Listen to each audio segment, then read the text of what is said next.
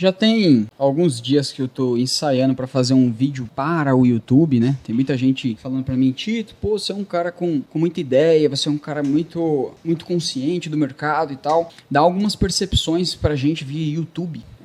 Aí eu fiquei pensando, pô, por que YouTube, velho? Mas aí eu entendi. A galera me explicou que o YouTube você tem mais tempo de tela, né? Com os leads, você acaba conversando mais coisas com menos agonia, digamos assim, que são as plataformas de vídeos curtos, né? Como Instagram e tudo mais. Ninguém quer assistir um vídeo de 10 minutos no Instagram. Quem tá no Instagram quer passar tempo, quer entretenimento, quer brincadeira, né? Quer dar risada. Não que no YouTube não tenha entretenimento também. Só que são formas diferentes, né? Normalmente quem tá no YouTube tá disposto aí a dedicar pelo menos 10 minutos para assistir um vídeo, a não ser que a pessoa esteja no Shorts, né? Mas enfim, vou fazer esse vídeo aqui relatando uma experiência pessoal que eu vivi essa semana, que foi bem interessante, talvez isso possa te ajudar com algumas coisas. Eu fui essa semana, na segunda-feira, hoje é quarta, fui na segunda para o evento da Kiwify Diner Legacy. É um evento para os top produtores aí da Kiwify no ano passado e tal. Enfim, foi bem legal o evento. A gente conheceu bastante gente, fez bastante networking e tal, né? E pegamos contatos, fechamos ali algumas ideias, algumas parcerias, enfim. É bacana. Esses eventos, assim, são importantes. Se você é do digital, você sabe do que eu tô falando. Mas só que o objetivo desse vídeo nem é esse.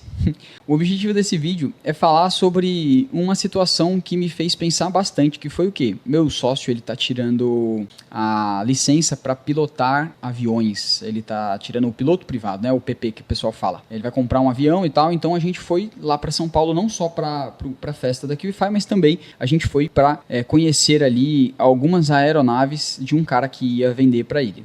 E, cara, eu acho que esse é o cara mais rico que eu já conheci em toda a minha vida. O cara é muito rico mesmo, ele é dono de uma indústria de açaí, gelato, enfim. O cara simplesmente mora em um condomínio. Esse condomínio tem vários hangares e além dos hangares tem uma pista de pouso de, sei lá, 800, 900 metros, assim. E aí, mano, é toda hora chegando avião e esses aviões que chegam são de moradores. É muito engraçado, porque além dos hangares, as pessoas constroem as casas no terreno. Inclusive, esse cara, ele tinha ali uma casa e do lado tinha um hangar. É como se fosse uma super garagem. Além disso, o cara tinha ali uma coleção de helicópteros, ele tinha uma coleção de aeronaves, uma coleção de carros, inclusive tinha um Dodge Challenger lá, muito massa. Ele tinha uma coleção de motos, enfim, o cara super rico. Trocando uma ideia com caras, né, você vê que o cara é super simples, o cara bem humilde mesmo. O dinheiro que ele gasta é com coisas assim que ele gosta muito, mas quando você olha pro cara, você fala assim, pô, beleza, esse cara não é multimilionário como ele é, né? Não parece, não aparenta ser. Parece uma pessoa completamente normal.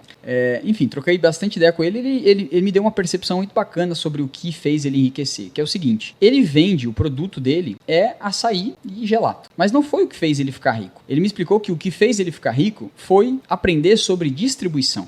Ele aprendeu a distribuir. O sorvete, né? O sorvete não, ele fica bravo quando fala sorvete. O gelato e o açaí, na prática, é o meio. O fim é o transporte. Então, ele teve que aprender muito mais sobre distribuição, transporte, para conseguir fornecer para vários estados do Brasil, do que aprender sobre como produzir o açaí, como produzir o gelato. Isso na prática é o mais fácil, né?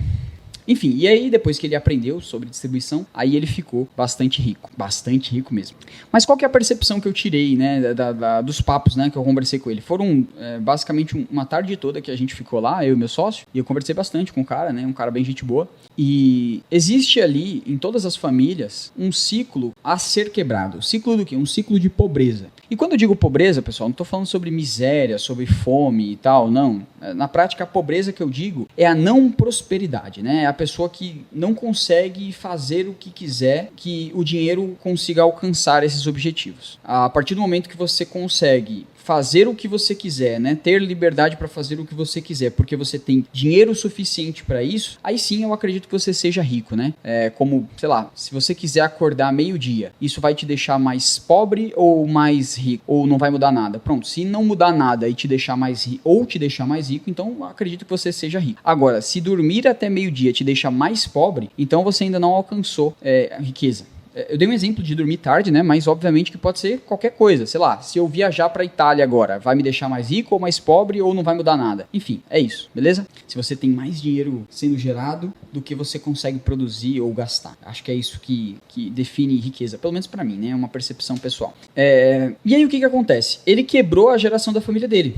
Mas ele quebrou a geração da família dele entendendo uma coisa. Não foi distribuição apenas, né? Ele entendeu que vender o tempo é a principal causa que faz com que as pessoas não consigam romper isso. Existem vários fatores, como por exemplo, a família que você veio. Se você vem de uma família que não te trouxe referências empreendedoras, né? Se você veio de uma família de pessoas que sempre trabalharam como CLT, se você veio de uma família que sempre prestou serviço, vendeu o tempo, vendeu a hora, a expectativa é que você replique esses comportamentos. Assim como uma criança replica, sei lá, palavrões, assim como uma criança replica comportamentos trejeitos, né, que fala aqui no Nordeste, que são aquele jeitinho que a pessoa tem. Sei lá, teve um casal de amigos que eu conheci, que o pai, ele tinha um tique de ficar coçando a orelha. E aí, o pai tinha um tique de ficar coçando a orelha, né? E aí, impressionantemente, o filho replicava esse mesmo tique, né? Enfim, mas são isso, né? As crianças replicam aquilo. Inclusive, não só comportamentos, mas também crenças, percepções de vida, opiniões e tudo mais. O que acontece quando a gente vive em um ambiente que não nos incentiva em relação a empreendedorismo e tal? É mais difícil, né? Inclusive, a maioria das pessoas nunca vai romper esse ciclo, infelizmente. Ainda mais no Brasil, né? Agora, tem pessoas que tiveram referências familiares que incentivam essas crenças, né? De empreendedorismo, de parar de vender a hora, de criar algum negócio e tal e tudo mais.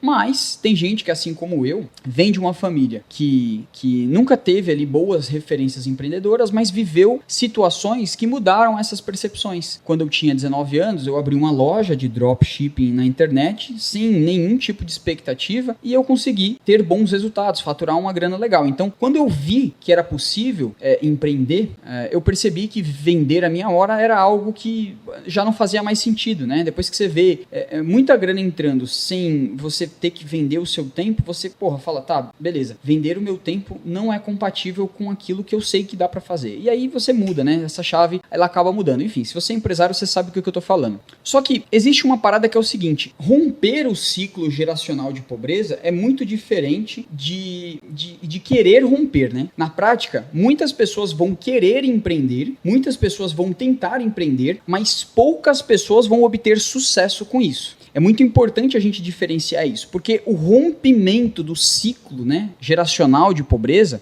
ele só acontece quando, de fato, você consegue ficar rico. Isso é um fato. Às vezes, na sua família, por exemplo, você tinha, sei lá, um tetravô que era muito rico, um bisavô que era muito rico, um avô que era muito rico, enfim. Se você não é rico hoje, proveniente de uma herança, então é porque em algum momento da sua geração esse dinheiro se diluiu, se perdeu, enfim, isso acontece, né? Inclusive, se você ficar rico hoje, muito provavelmente os seus sucessores, a não ser que você seja mega master blaster rico, vai acabar acabando esse dinheiro, ok? Obviamente que existem exceções, né, de heranças que são levadas adiante, né, e legados e tudo mais, mas em via de regra, o dinheiro ele vai sumindo na medida que as gerações vão recebendo e herdando esse dinheiro. Ok? Isso é um fato. Então, se você sonha em ficar rico para deixar os seus netos ricos, considere treinar o seu filho muito bem, para que ele treine o filho dele muito bem. Porque se em algum momento da sua árvore genealógica a herança cair nas mãos erradas, esse dinheiro vai se diluir, mas enfim, você já vai ter morrido, né? No final, não é sobre dinheiro, não muda nada, né? Mas enfim, é isso. Legado é por isso, né? E voltando aqui, né, o assunto principal, TDAH da porra. Se você quer romper o ciclo geracional da sua família, a primeira coisa que você precisa entender é que empreender é o caminho mais fácil. Porque, primeiro, que não é fácil, ok? Mas entre todas as opções de enriquecer, empreender é a mais fácil. Mas ainda assim é muito difícil. Porque ficar rico é difícil, velho. Se fosse fácil, tava todo mundo rico. E vender a sua hora não é o melhor caminho. Ah, Tito, mas como que se enriquece em vender a hora? Comprando a hora dos outros ou vendendo serviços e produtos que não dependam de você. Vou dar um exemplo muito simples, que eu estava até conversando com meu sócio sobre isso. Digamos que você seja dono de uma empresa que instala câmeras de segurança, ok? Então você cobra ali R$400 para instalar câmeras de segurança para, sei lá, residências ou locais comerciais, prédios, enfim, escolas. Você cobra R$400, é a sua hora de trabalho para você poder instalar ali o serviço, né, as câmeras. Se você é o único profissional que instala isso, na prática você está limitado à quantidade de horas que você consegue trabalhar. Todo mundo tem as mesmas 24 horas, mas você precisa dormir, você precisa comer, você precisa se locomover, você precisa, enfim, viver, né? Então, quando a gente para calcular, abatendo tudo, sobra um número limitado de horas que você pode produzir de fato, que você pode vender. Digamos que seja 8 horas. Então, pronto. 8 vezes 400 é tudo que você consegue fazer no dia, por exemplo, né? Obviamente, em uma situação hipotética aqui. Agora, se você é empresário, você compra a hora de outras pessoas que também estão no ciclo, né, de pobreza, que talvez a pessoa nem tenha consciência que está nesse ciclo, a maioria das pessoas nunca vai sair dele, você está comprando o tempo da pessoa, você treinou aquela pessoa para que ela venda o tempo dela para você por um preço inferior ao que você recebe. Então, se você cobra R$400 a hora de alguém, você paga para a pessoa que você está comprando o tempo, sei lá, R$100. E aí é nesse momento que você entende o poder da escala. Né? Você ganhou sem ter que vender a sua hora. Na prática, você só delegou isso. Eu acredito que o segredo, o caminho, assim, 90% é esse. É você parar de vender a sua hora. Eu estou dando um exemplo de uma empresa, né? de um negócio tradicional, como instalação de câmeras, mas isso se aplica a qualquer outro modelo. E é isso, sacou? É isso. E aí vai chegar um momento, né, que se você estiver escalando e comprando muita hora dos outros, você vai estar tendo que ficar responsável de muita coisa. Você vai ter que ficar responsável de contratar, você vai ter que ficar responsável de gerenciar, você vai ter que ficar responsável de dar suporte, você vai ter que ficar responsável de adquirir clientes, pedir indicação e tudo isso. Agora, conforme você entende que a delegação ela se aplica a todas as áreas da sua empresa, você vai contratar um suporte, você vai pagar a hora dele por isso. E aí esse suporte ele vai tirar o peso das suas costas de ter que dar o pós-atendimento para os seus clientes. Você vai contratar um RH para fazer a contratação das melhores pessoas para sua empresa. Você vai contratar um trainee para treinar aquele conhecimento para os seus colaboradores. Você vai contratar um comercial para fechar suas vendas. E na medida que você vai contratando e delegando em diferentes setores, na prática, aí depois você vai ter que contratar um gerente para gerenciar toda a equipe, ou um diretor, enfim. Então, na medida que você vai conseguindo colocar as peças corretas em cada setor da sua empresa, é o momento onde o dono, ele exerce o papel de dono, né? Ele pensa, ele cuida do estratégico e o operacional do negócio. Então, eu acredito que esse seja o caminho mais difícil, né? Porque leva tempo, muitos erros e acertos vão acontecendo até a pessoa conseguir alcançar isso. Por mais que a gente esteja falando aqui, né? Na prática, todo modelo de negócio tem a sua peculiaridade, assim como a desse cara hiper rico deve ter tido, né? Imagina o tanto de dor de cabeça que ele teve ao começar a comprar caminhões, né? Enfim. Então é isso, esse é um dos conselhos que eu aprendi aí nesse final de semana de viagens, aviões e festas da KiwiFi. Esse é meu primeiro vídeo do YouTube aqui, né? Fazia tempo que eu queria gravar um vídeo desse, conversando, tendo mais tempo. Então é isso, espero ter te ajudado de alguma forma.